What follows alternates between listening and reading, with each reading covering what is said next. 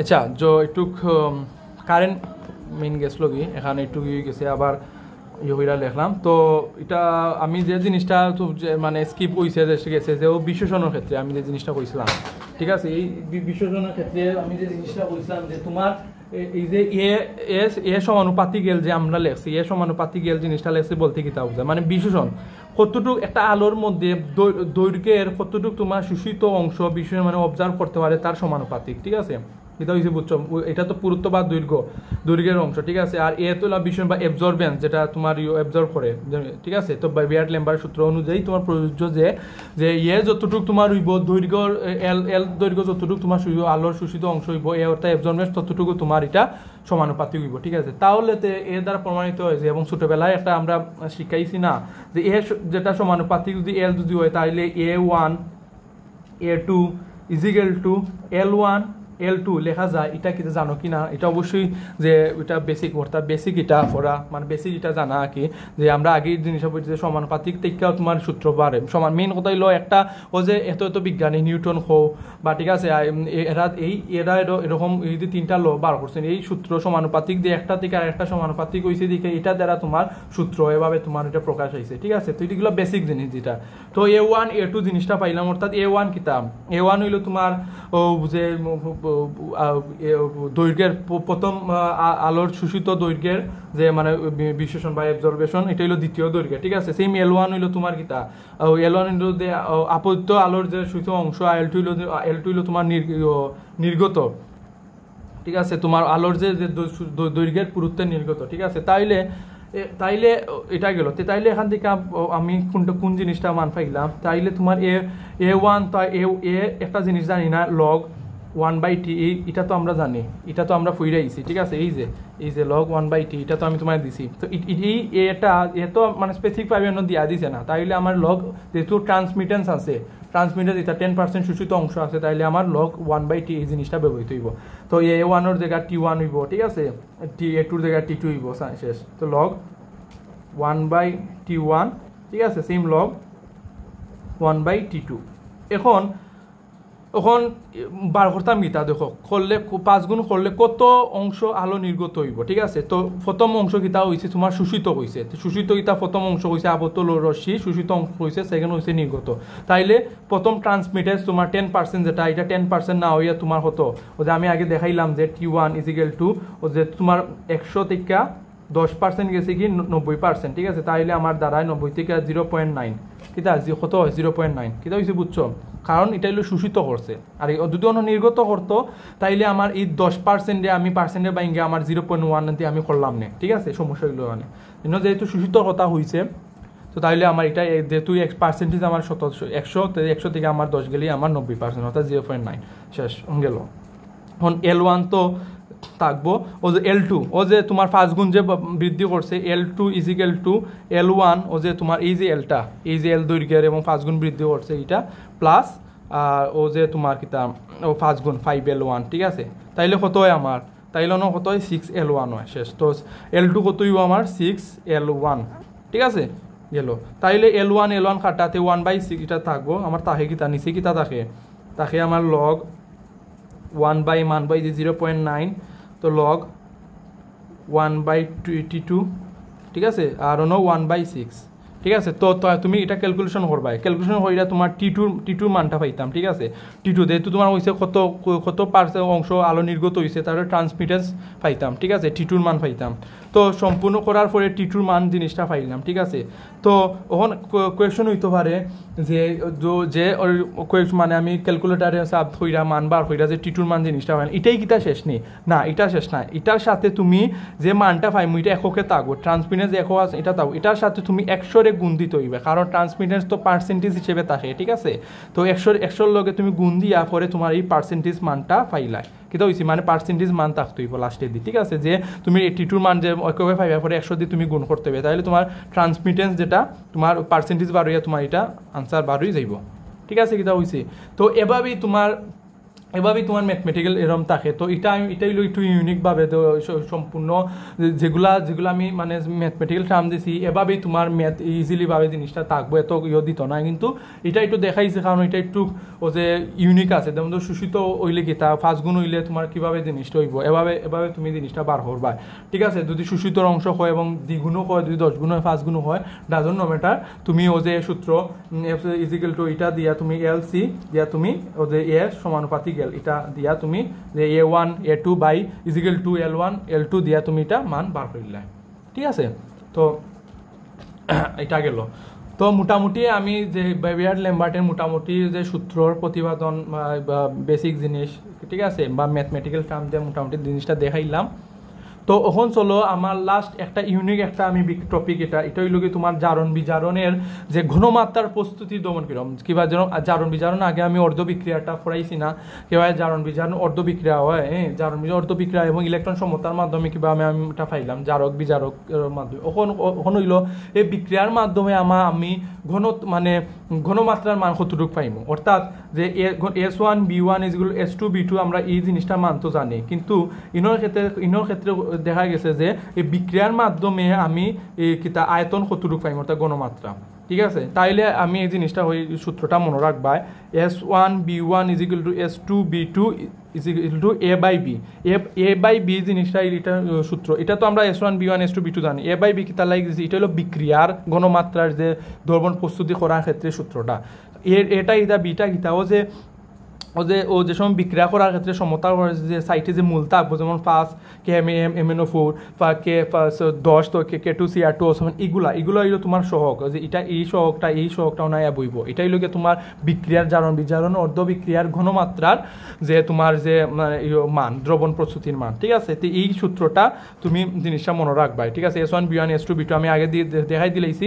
এখন আমি বিক্রিয়ার মাধ্যমে কিভাবে তোমার যে বিক্রিয়া করার পরে কিভাবে তুমি ও যে ঘনমাত্রা, ঠিক আছে, মানে ঘনমাত্রা পাইমু এবং ঘনমাত্রার দ্বারা তোমার এই যে আয়তন, ঠিক আছে, ঘনমাত্রা দ্বারা তোমার ঘনমাত্রা যদি হয় বার করতাম তে ঘনমাত্রা বার করমু, আয়তনের কথা হইলে আয়তনের মান বার করবো, যেটা কোয়েকশনও দেওয়া থাকবো। কিতা হয়েছে বুঝছো নি, যদি হয় S1 S2 মান দেওয়া থাকে অবশ্যই আমি B1 মান দেওয়া থাকে B2 মান বার করমু। ঠিক আছে, B1 B2 মান দেওয়া থাকে S1 একটা মান দেওয়া S2 মান বার করমু।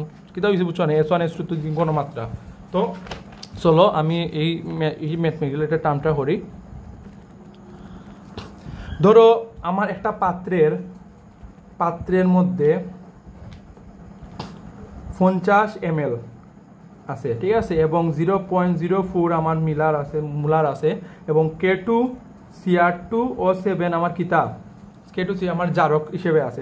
এটা মনে রাখবা, এটা জারক পদার্থ, ঠিক আছে, জারক হিসেবে আছে। ওকে, এটা হলো এ পাত্র। ঠিক আছে, তো আবার আরেকটা আছে ধর অম্লীয়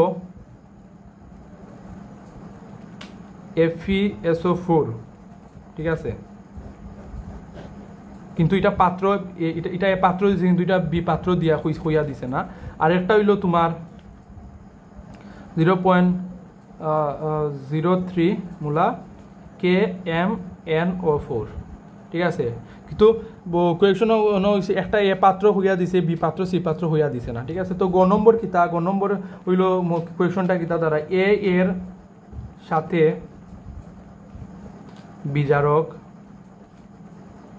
বিজারক পদার্থটির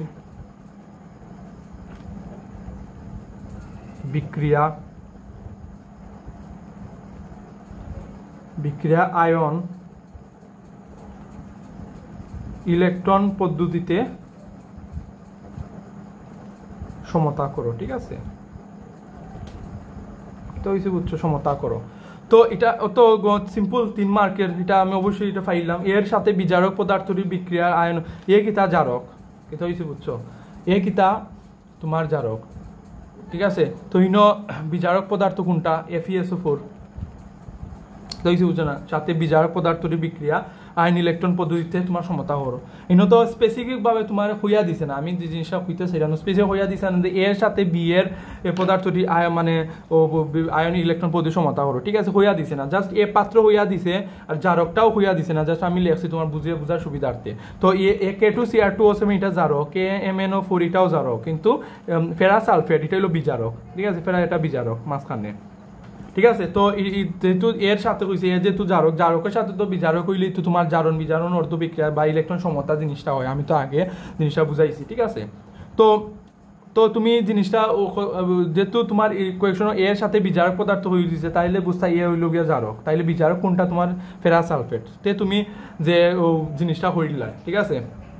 তো তুমি ও কে যে জিনিসটা তোমার মানে বিক্রিয়াটা দাঁড়ায় ওইটা হইলো K2Cr2, এটা এটা তো আমি তোমার মুখস্থ, তুমি মুখস্থ কি তুমি এটা আমি করাইছি তোমারে FeSO4 প্লাস 7H2O SO4। ঠিক আছে। এটা তুমি অর্ধ মানে দর্শক আইন যোগ কইরা যে কাঙ্ক্ষিত যে ইলেকট্রন পদ্ধতি সমতা মানে জারণ বিজারণটা হইলো K2SO4, ঠিক আছে, plus 3Fe2SO4 3 plus Cr2SO4 3 plus পানি। এখন এটা হইলো গ নম্বর। ঠিক আছে। এটা হইলো তোমার, এটা তুমি করলাই যে আমি যেভাবে তোমায় দেখাইছি, যেভাবে তোমার মানে বুঝাইছি যে কীভাবে ইলেকট্রন জারণ বিজারণ সমতা করা লাগে, এটা তুমি করলাই। জাস্ট আমি জাস্ট ও দর্শক আইন যুক্তিরা আমি জিনিসটা লাস্টে যেটা মানে কাঙ্ক্ষিত ইলেকট্রন পদ্ধতির মান জিনিসটা পায়, এটা আমি এনে দিলাম। কিতা হয়েছে বুঝছো, এটা গেল। তো ওখানে একটা কোয়েশন থাকে যে কিতা আমি কিতা ও যে এই জিনিসটা মনে রাখতাম কিরম, ও যে জারক কোনটা বিজারক কোনটা মনে রাখতাম কিরম, যে আমি আগে দেখাই দিলাম কোনটা জারক একটা লিস্ট দিছি বিজারক কোনটা এটা লিস্ট দিছি, এটা তুমি মনে রাখতে হইবা। এবং ও যে বিক্রিয়াটা দেখাই দিছি না সাইটে সাইটে কীভাবে তোমার বিক্রিয়ার জিনিসটা হয়, সমতাও কীভাবে হয়, ঠিক আছে, এটা তুমি টাটা মুখস্থ রাখতে হইবা। ঠিক আছে। তো গেল। তো এটা 3 মার্ক জিনিসটা পাইলাম। তখন এটা গেল। এখন আরেকটা এটা গেল। এখন আরেকটা দেখো, তখন 4 নম্বর কোয়েশনের কিতাব হয়েছে যে উদ্দীপকের, ওটা হইল গিয়া তোমার মেইন যে জিনিসটা আমি কইতে চাইলাম, এটা তো থাকবো যদি এভাবে তোমার এটা তো তোমার ম্যাথমেটিক্যাল টার্ম এবং এটা তো থাকবো, কিন্তু আর যে জিনিসটা আমি কইতে চাইলাম আয়তন বার করার ক্ষেত্রে যদি একটা জিনিস জারিত হইরা যদি জানবি যেন আয়তন বার করো, ঠিক আছে, বা গণমাত্রার এটার প্রয়োজন কতটুকু হইব বিক্রিয়ার মাধ্যমে যে সমতা যে জিনিসটা করছি, তাইলে আমার কিভাবে আমি বার করবো এই জিনিসটা হইল গিয়ে দেখা। তো ধরো উদ্দীপকের বিজারক পদার্থটিকে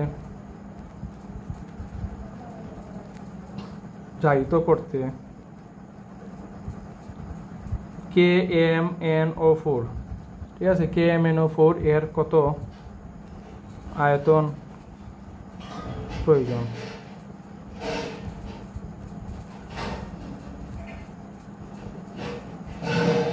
ঠিক আছে।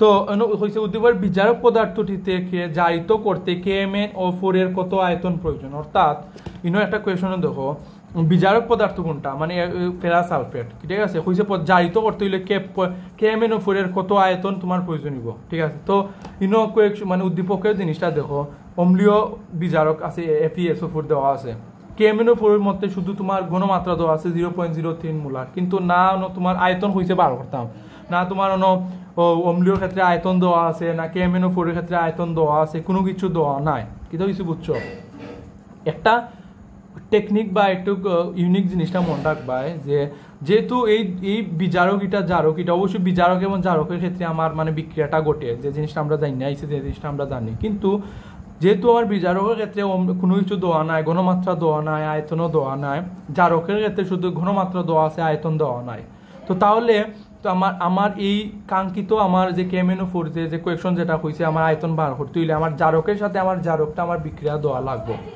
এটা হয়েছে বুঝছো, মানে জারকের সাথে আমার জারকটা বিক্রিয়া দিয়া, অর্থাৎ এটা তো কোনো ফাংশন নাই, ঠিক আছে, কিন্তু এটা ফাংশন আনা লাগবে, কারণ দেখো এর মধ্যে তোমার আয়তনের মানও আছে এবং কিতা মূলা মানে গণমাত্রার মানও আছে। কিতা হয়েছে বুঝছো, তাইলে তোমার এই জিনিসটা আমি মানে কইতে পারি যে জারকের সাথে আমি জারকর, ঠিক আছে, আমি বিক্রিয়া হইয়া আমার কাঙ্ক্ষিত যে জিনিসটা মানাই এটা করা লাগবো। ঠিক আছে।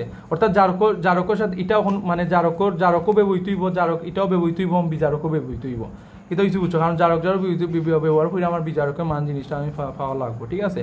তাইলে আমি কিতা করমু যে এই যে জারকটা আছে না, এই জারকটা একবার আমি ফেরাস সালফেটের সাথে আমি ওদের মানে বিক্রিয়া করাইমু। অর্থাৎ এই যে জারকটা এটা তো কোনো ফাংশন নাই, কিন্তু এটা আনা লাগবো। কিতা হয়েছে যে উদ্দীপকের তাগিদে আয়তন বার করার ক্ষেত্রে যেহেতু মান আছে আমার এটা আনা লাগবো। তাইলে আমি কিতা করমু, তাইলে এই যে জারকটা ঠিক আছে, এই যে K2CR2O7 FeSO4 এটা আমি দুইটা আমি বিক্রিয়া করবো, বিক্রিয়া হইরা ও যে জারণ বীজাণু অর্থ বিক্রিয়া সমতা হইরা এই জিনিসটা মান পাইমু, ঠিক আছে। এটা গেল পাওয়ার পরে আবার আমি ফেরাস সালফেট এবং পটাশিয়াম পারম্যাঙ্গানেট আমি আবার বিক্রিয়া করবো, ঠিক আছে। ও দুইটা অর্থাৎ জারক ওটাও বিক্রিয়া করা লাগবো, ওটার সাথে এটা বিক্রিয়া হইরা আমি তারপরে যে আমি দেখা লাগবো সমতা করার মধ্যে দেখা লাগবো যে আমার সাইটে আমার মূল যে কতটুকু আমার মূল আমার যায়, ঠিক আছে, কতটুকু মূল আমার গ্রহণ করে, দেখছি বুঝতে পারছো। তাইলে লেখা যায় যে গতে পাই যে যে জিনিসটার মান পাইছি এই যে এই অংশটা লিখিল্লায় যদি আমার তিন কোয়েকশনের মধ্যে বা দোয়া থাকে এরকম, যদি না দোয়া থাকে তাইলে তুমি কি এই জিনিসটা মনে রাখবা বা মুখস্থ হবাই, না হইলে তুমি আবার করবা, কিছু করার নাই। কিতা হয়েছে বুঝছো না, তুমি এই গড় নম্বর যদি এরকম থাকে তাইলে শুধু গড় নম্বর থেকে এই জিনিসটা মান লেখলা এবং পরবর্তীতে তুমি FeSO4 KMnO4 কিতা তুমি হচ্ছে জানো বীজাণু অর্থ বিক্রিয়া ইলেকট্রন সমতার মানে সম্পূর্ণ জিনিসটা লেখলা দর্শক আইন যোগ কইরা। আর যদি না মনে থাকে, ধরো আমি জিনিসটা কইতে চাইলাম, যদি না মনে থাকে তে জিনিসটা এভাবে লেখলা জারণ বীজাণু অর্থ বিক্রিয়া কইরা যেভাবে তুমি ইলেকট্রন সমতা হইরা জিনিসটা লেখলা দর্শক আইন যোগ কইরা।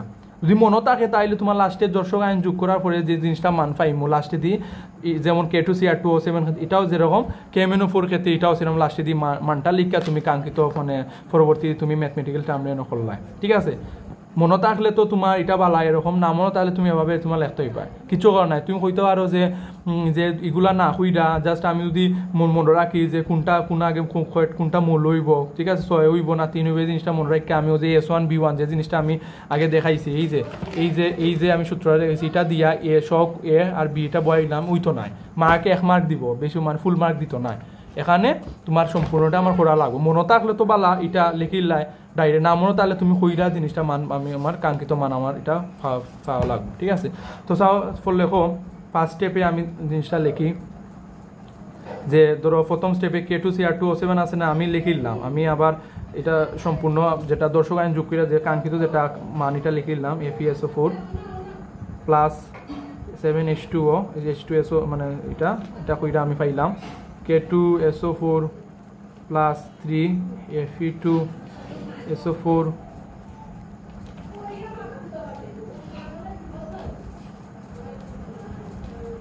প্লাস পানি, ঠিক আছে। এটা হইলো ওই এভাবে লেখার পরে তুমি পরে যে জিনিসটা লেখলাই সমীকরণ থেকে জিনিসটা, আর যদি মনে না থাকে যেভাবে তুমি যে ও জারকটা বিজারকটা করলাই কাঙ্ক্ষিত যেটা ইলেকট্রন সমতা হইরা তুমি ওটা কাঙ্ক্ষিত মান হইরা পরে পরবর্তী মান করলাই শেষ, কিন্তু একটু সময় যাইব আর কি। মেইনতা তুমি এটাই লোক মেইন, যদি তোমার এটা মনে থাকে তুমি ভালো, নাহলে তোমার একটু সময় যাইব, সময় লইয়া তুমি জিনিসটা এটা করতে হইব, ঠিক আছে।